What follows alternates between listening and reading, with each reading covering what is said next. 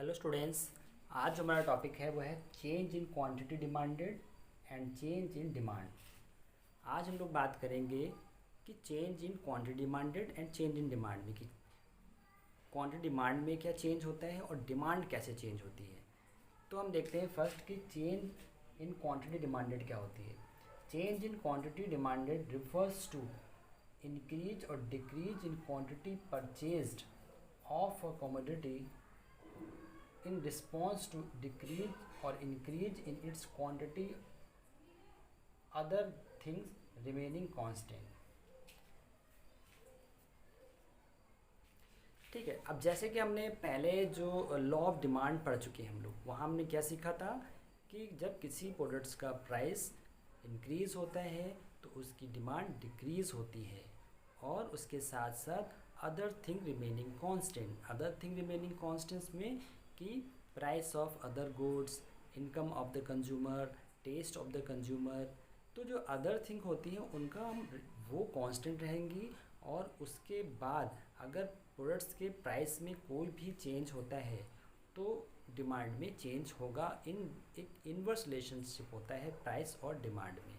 तो यहाँ हम जो बात कर रहे हैं क्वांटिटी डिमांडेड की, तो क्वांटिटी डिमांडेड से मतलब क्या है कि जब डिमांड इंक्रीज और डिक्रीज होती है इन रिस्पॉन्स टू इंक्रीज और decrease in the price of the commodity, we call it a quantity change in quantity demanded.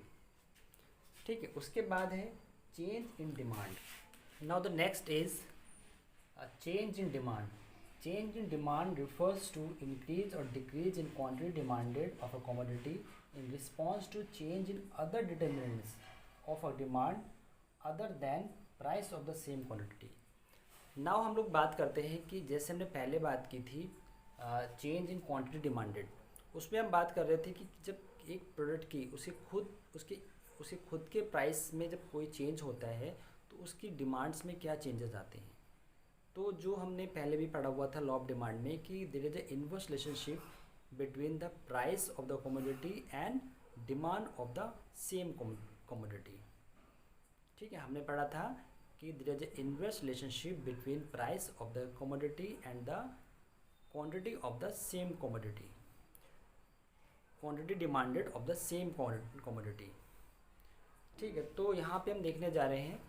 अब हम देखेंगे कि वहाँ पे क्या हो रहा था कि किसी प्रोडक्ट के सेम उसकी खुद के प्राइस में जब चेंज होता है तो उसकी डिमांड्स में जो चेंजेस होते हैं उसको हम बोलते हैं चेंज इन क्वांटिटी डिमांडेड।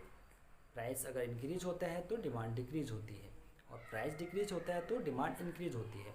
तो अब हम बात कर रहे हैं चेंज इन डिमांड की। इसमें क्या होता है कि यहाँ पे प्राइस की बात नहीं होती है, अगर प्राइस के अलावा जो दूसरे डिटर्मिनेंट्स हैं उनमें कोई चेंजेस आता है और उस चेंजेस के रिस्पॉन्स में जब डिमांड में चेंज आता है तो उसको हम बोलते हैं चेंज इन डिमांड।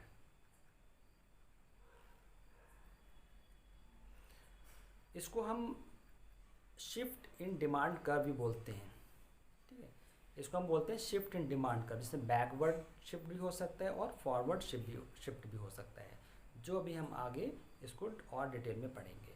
तो हमने चेंज इन क्वांटिटी डिमांडेड और चेंज इन डिमांड के बारे में पढ़ा कि चेंज इन क्वांटिटी डिमांडेड में क्या होता है जब किसी प्रोडक्ट के प्राइस में चेंज होता है और उस रिस्पॉन्स में उसकी डिमांड में भी चेंज होता है, जिसको हम अलोंग द कर्व भी बोलते हैं, अलोंग द सेम कर्व। जब हम movements along the demand curve भी बोल सकते हैं उसको। और जब हम बात करते हैं चेंज इन डिमांड की, तब उस प्रोडक्ट्स के अदर डिटरमिनेंट्स में जो चेंजेस आता है, चाहे वो कंज्यूमर की इनकम हो, टेस्ट हो, एक्सपेक्टेशंस हो, ठीक है, या प्राइस ऑफ रिलेटेड गुड्स हो, तब हम अगर उसकी डिमांड में चेंज आता है तो उसको बोलते हैं change in demand. Now we discuss change in quantity demanded. एक क्वांटिटी डिमांडेड को यहाँ पे मैंने एक आपको चार्ट के थ्रू समझाने की कोशिश की है कि जैसे कि हम लोग ऑलरेडी बात कर चुके हैं, किसी प्रोडक्ट्स के प्राइस में जब चेंज होता है और उस रिस्पॉन्स में उसकी क्वांटिटी में जो चेंजेस आता है उसको हम बोलते हैं चेंज इन क्वांटिटी डिमांडेड, और उसको हम मूवमेंट्स अलोंग अ कर्व भी बोल सकते हैं।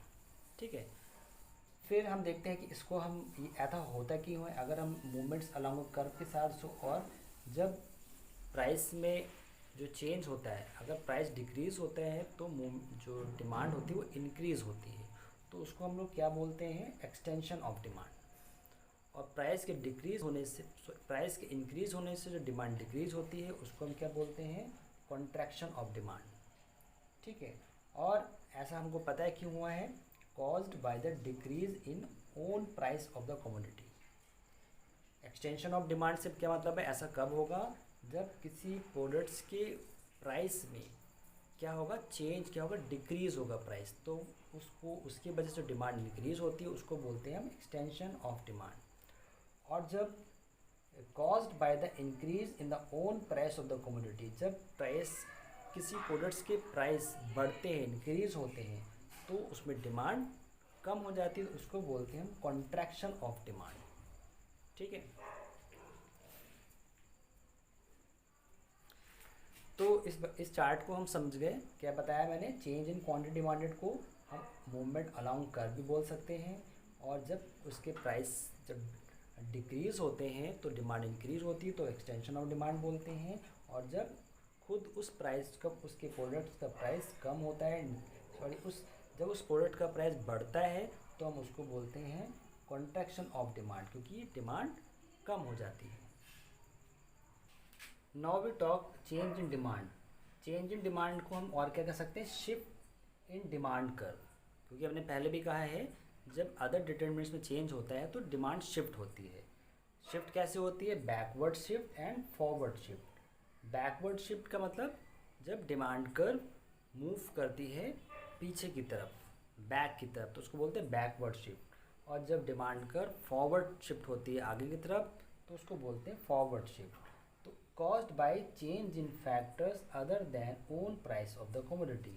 और ऐसा कब होता है, जब किसी प्रोडक्ट्स की अदर डिटरमिनेंट्स में उसके ओन प्राइस में चेंज नहीं हो रहा है, जब किसी प्रोडक्ट्स के खुद के प्राइस में चेंज नहीं होता है और अदर डिटरमिनेंट में चेंज होता है। अदर डिटरमिनेंट जो हमने पहले बात की थी, इनकम, टेस्ट, प्रेफरेंसेस, एक्सपेक्टेशंस, ठीक है, ये जो अदर डिटरमिनेंट्स हैं जब इनमें चेंजेस होता है तो जो डिमांड होती है वो शिफ्ट होती है। कैसे होती है, बैकवर्ड और फॉरवर्ड शिफ्ट होती है। तो इसको हम बोलते हैं शिफ्ट इन डिमांड कर्व।